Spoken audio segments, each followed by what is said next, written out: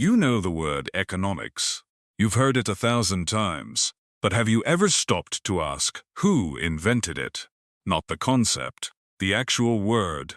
Because someone did, and his name wasn't Adam Smith. Last episode, we watched the Greeks invent coinage, standardized money that transformed the ancient Mediterranean.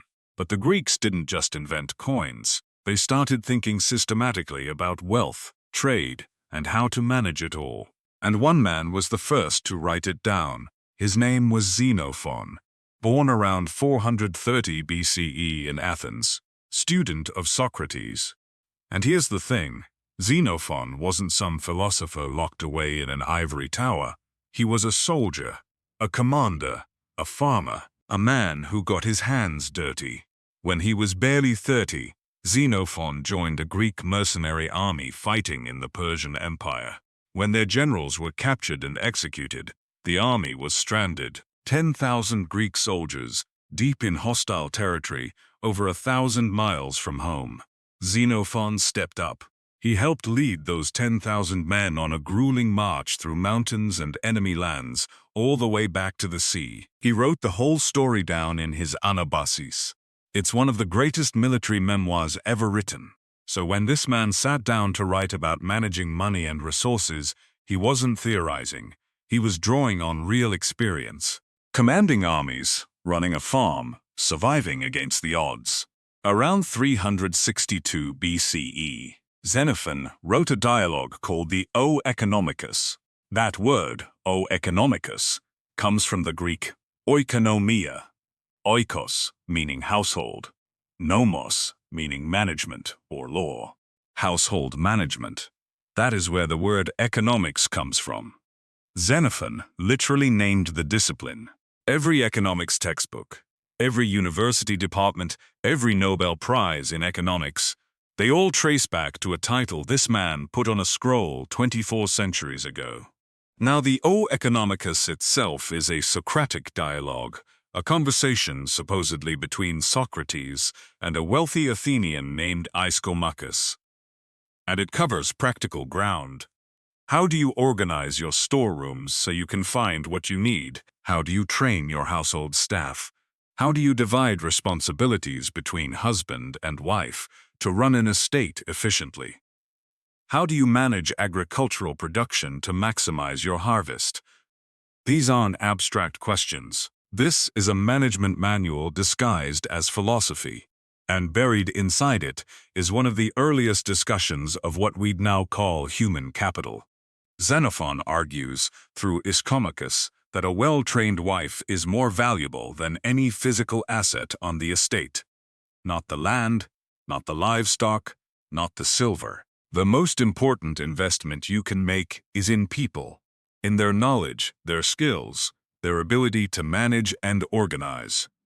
Economists wouldn't formalize this idea for another 2,000 years. But Xenophon didn't stop at the household. He made a claim that sounds almost modern, that managing a household, managing an army, and managing a state all require the same fundamental skills: organization, motivation, understanding people. Leadership is leadership, whether you're commanding 10,000 soldiers or running a farm. That's an insight most business schools still teach today. Then, around 355 BCE, Xenophon wrote something even more remarkable. A short work called Poroi, Ways and Means. If the Oeconomicus was the first economics textbook, the Poroi was the first economics policy paper. Athens was struggling financially after years of war, and Xenophon had a plan. His proposals were specific and concrete. Attract more foreign merchants to Athens by improving their legal rights and social standing. Build public lodgings near the harbors and the marketplace, so traders have somewhere to stay. Invest in the silver mines at Laurion. Have the state purchase slave gangs and rent them to mining operators for profit. Create a public revenue stream that could fund Athens without crushing its citizens with taxes. This wasn't wishful thinking. It was fiscal policy. And inside the Poroi, Xenophon made an observation that anticipated monetary theory by millennia. He pointed out that silver is different from every other commodity. If you flood the market with extra grain, the price of grain drops. If you produce too many swords, the price of swords drops. But silver doesn't lose its value when supply increases, because silver is money. People always want more of it. It was a primitive insight, sure, but he was groping toward something economists would argue about for centuries: the special nature of monetary commodities and the relationship between money supply and value. Xenophon also described something you'll find in every introductory economics course, usually credited to Adam Smith: division of labor. In his Cyropaedia, a work about the Persian king Cyrus, Xenophon describes the royal kitchen. In that kitchen, there isn't one cook doing everything. There are specialists. One person prepares fish, another roasts meat, another bakes bread. And the result? Better food. Higher quality, greater efficiency. Specialization works. This is the same principle Adam Smith would illustrate with his famous pin factory 2,300 years later. And Xenophon went further. He noticed that large cities can support these specialists. In a big city like Athens or Persepolis, a shoemaker can survive making only men's shoes, because there are enough customers. But in a small town, one craftsman has to make shoes, sandals, boots, and probably repair them too.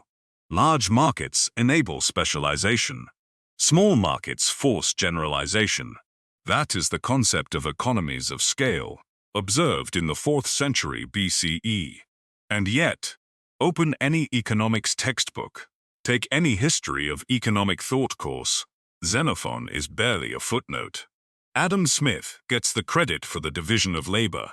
Modern theorists get the credit for human capital. Policy economists get the credit for public investment strategies. The man who named the entire discipline, who wrote its first treatise and its first policy paper, who observed specialization and economies of scale and the unique properties of money, that man is almost completely forgotten. But we remember him now, and next time, we meet Xenophon's classmate, another student of Socrates, but with very different ideas. Where Xenophon was practical, this man was radical. He wanted to abolish private property. He wanted to ban money entirely. He wanted philosopher kings to run everything.